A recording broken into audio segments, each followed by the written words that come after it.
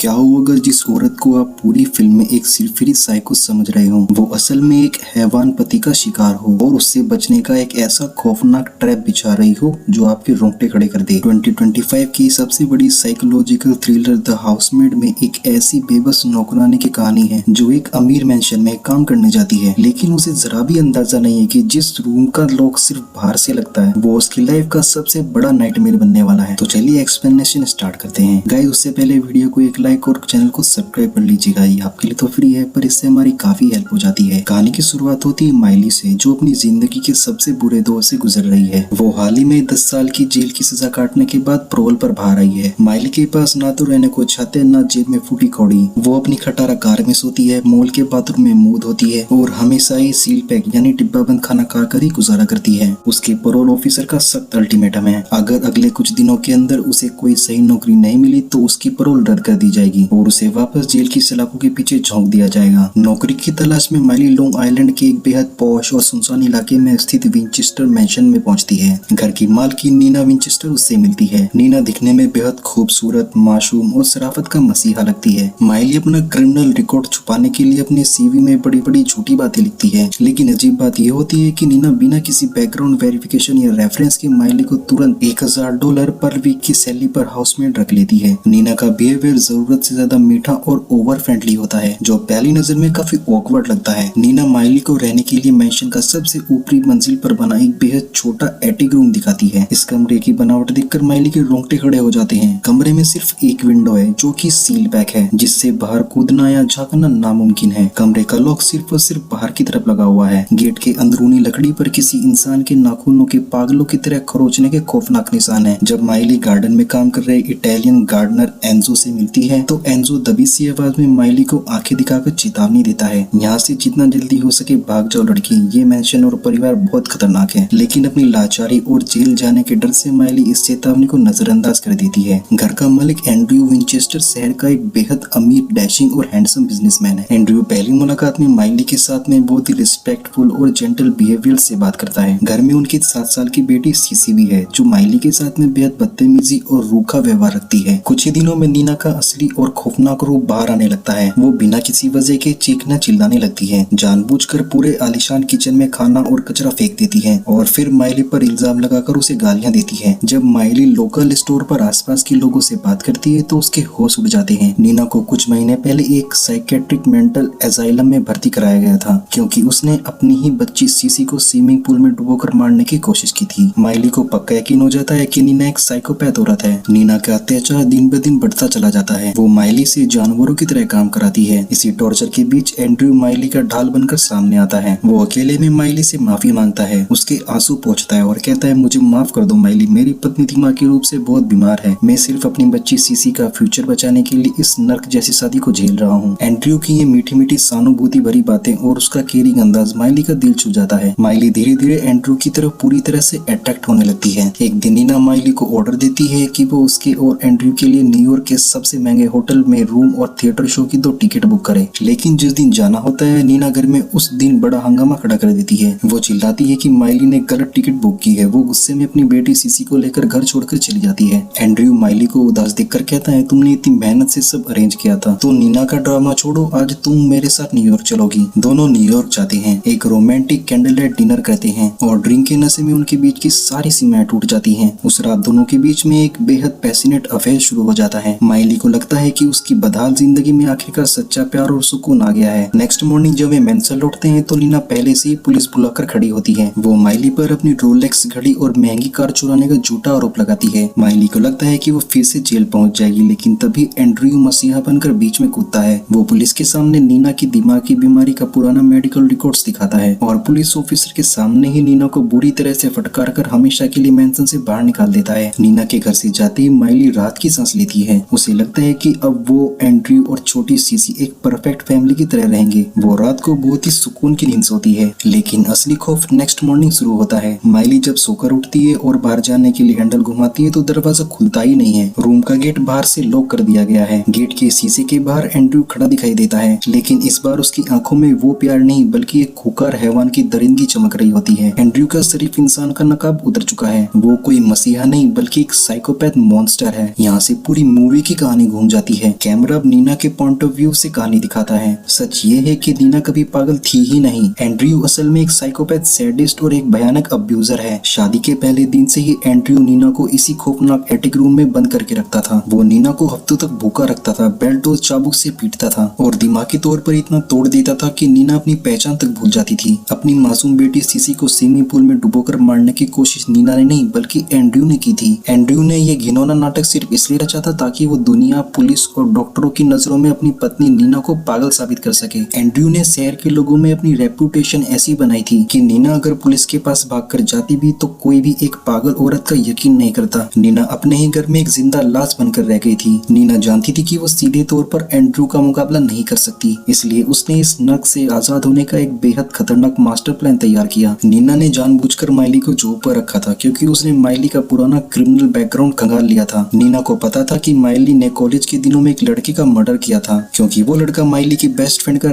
करने की कोशिश कर रहा था। नीना समझ गई थी कि माइली के अंदर एक फाइटर छुपा है जो जुल्म के आगे कभी नहीं झुकता। इसलिए नीना ने घर में पागलपन और कचरा फैलाने का ड्रामा रचा ताकि एंड्रयू का मन नीना से भर जाए और उसका ध्यान माइली की तरफ जाए और वो नीना को छोड़ दे। नीना का प्लान 100% काम कर गया। एंड्रयू ने नीना को बेदखल कर दिया और माइली को अपने जाल में फंसा लिया। नीना अपनी बेटी को लेकर मैंसन से सुरक्षित निकल जाती है, लेकिन जब 7 साल की सीसी अपनी माँ से रोते हुए पूछती है, मम्मी क्या डैडी अब उस नई आंटी को भी उसी छोटे अंधेरे कमरे में बंद करके पीटेंगे? ये सुनते ही नीना की रूह कांप उठती है। उसे एहसास होता है कि खुद की आजादी पाने के लिए उसने एक बेगुनाह लड़की को एक भूखे भेड़े के आगे परोस दिया है। नीना का जमीर जाग उठता है। वो फैसला करती है कि वो माइली को उस हैवान के हाथों मरने नहीं देगी। एटिक रूम के बंद कमरे के अंदर एंड्रयू माइली को टॉर्चर करने का खेल शुरू करता है। वो दरवाजे के नीचे से बनी एक बारीक दरार से टूटी हुई चीनी मिट्टी की प्लेट का बेहद नुकीला टुकड़ा अंदर फेंकता है। वो माइली को ऑर्डर देता है कि वो अपने हाथों से अपने जिस्म पर गहरे घाव करे, वरना वो उसकी परोल कैंसिल करवाकर उसे जिंदगी भर जेल में सड़ने देगा। लेकिन एंड्रयू को जरा भी अंदाजा नहीं था कि वो किससे पंगा ले रहा था। माइली कोई कमजोर मोहरा नहीं थी। जेल के 10 सालों ने उसे पत्थर बना दिया था। माइली डरने के बजाय बहुत शांत दिमाग से काम लेती है। वो रूम के अंदर दर्द से रोने का नाटक करती है, जिससे एंड्रयू का ईगो सेटिस्फाई हो जाता है और वो इस खुशी में रूम का दरवाजा खोलकर अंदर दाखिल हो जाता है। जैसे ही एंड्रयू मुस्कुराते हुए कमरे के अंदर कदम रखता है, माइली दरवाजे के पीछे से एक भारी लोहे के कटिंग बोर्ड से सीधे उसके मुंह पर जोरदार वार करती है। एंड्रयू जमीन पर गिर पड़ता है और दोनों के बीच इस कमरे के अंदर खूनी लड़ाई शुरू हो जाती है। माइली बिना दया दिखाए एंड्रयू पर टूट पड़ती है। वो एंड्रयू को घसीटकर उसी कमरे के अंदर बंद कर देती है। अब पासा पूरी तरह से पलट चुका है। शिकारी खुद अपने ही पिंजरे में बंद हो चुका है। माइली बाहर खड़ी होकर कहती है, अब तुम सोओगे वो दर्द जो तुमने इस घर की औरतों को दिया है। माइली उसे घुटनों पर लाती है और प्लास से उसके दांत उखाड़ने की धमकी देकर उसे उसकी दरिंदगी कबूल करवाती है। इसी बीच नीना माइली को बचाने के लिए हाथ में बंदूक लेकर मैंशन में दौड़ती हुई आती है, लेकिन तभी एंड्रयू अपनी पूरी ताकत लगाकर रूम का दरवाजा तोड़कर बाहर निकल जाता है और नीना पर झपट पड़ता है। वो नीना का गला दबाकर उसे जान से मारने की कोशिश करने लगता है। माइली वो भारी लोहे की रोड उठाती है और पीछे से एंड्रयू के सिर पर जानलेवा वार करती है। एंड्रयू का बैलेंस बिगड़ता है। वो मैंशन की सीढ़ियों से लुढ़कता हुआ नीचे गिरता है। भारी सीढ़ियों से टकराते हुए एंड्रयू नीचे फर्श पर गिरता है। उसकी गर्दन की हड्डी टूट जाती है और आंखें हमेशा के लिए खुली रह जाती हैं। उसकी मौके पर ही दर्दनाक मौत हो जाती है। कुछ ही देर में मैंशन के अंदर पुलिस भी पहुंच जाती है। कोइंसिडेंस इस केस की इन्वेस्टिगेटर वही महिला अफसर होती है जिसकी अपनी छोटी बहन सालों पहले इसी एंड्रयू वेंचेस्टर की मंगेतर रह चुकी थी और एंड्रयू के साइकोलॉजिकल टॉर्चर से तंग आकर उसने सुसाइड कर ली थी। उस पुलिस ऑफिसर को मैंसन का माहौल और एंड्रयू की लाश देखकर पूरी सच्चाई समझ आ जाती है। वो बिना कोई फालतू क्वेश्चन पूछे उस पूरे केस को एक्सीडेंटल डेथ का मामला घोषित करके फाइल बंद कर देती है। नीना और माइली दोनों कानून की नजर में पूरी तरह बेगुनाह साबित होकर साफ बच जाती हैं। एंड्रयू के मरने के कुछ हफ्तों बाद नीना माइली को उसकी हिम्मत और मदद के लिए उसे $100,000 का चेक सौंपती है। दोनों ही एक दूसरे को गले लगाती हैं और एक नई आजादी की तरफ कदम बढ़ाती हैं। कहानी हमें 1 साल बाद दिखाई जाती है। माइली अब एक दूसरे शहर में एक बहुत ही आलीशान बंगले के बाहर खड़ी है। वो एक नए अमीर बिजनेसमैन के घर मेड की जॉब के लिए इंटरव्यू के लिए आई है। इंटरव्यू के दौरान माइली नोटिस करती है कि घर की मालकिन के कलाई और गर्दन पर नीले निशान हैं और उसका पति उस पर चिल्ला रहा है। माइली अपनी जेब में हाथ डालती है, शीशे में अपनी परछाई देखती है और चेहरे पर एक खौफनाक और ठंडी मुस्कान लाती है। माइली अब एक सिर्फ नॉर्मल मेड नहीं रही, वो हाउस टॉर्चर और अब्यूज करने वाले पतियों के लिए एक विजिलेंटी बन चुकी है। और इस मूवी का एंड यहीं पर हो जाता है। तो दोस्तों, आपको ये द हाउसमेड की कहानी कैसी लगी? क्या आपको भी लगता है कि माइली और नीना ने जो एंड्रयू के साथ किया वो बिल्कुल सही था? अपनी राय मुझे कमेंट सेक्शन में जरूर बताएं और चैनल को सब्सक्राइब कर लीजिएगा। मिलते हैं आपसे नेक्स्ट वीडियो में।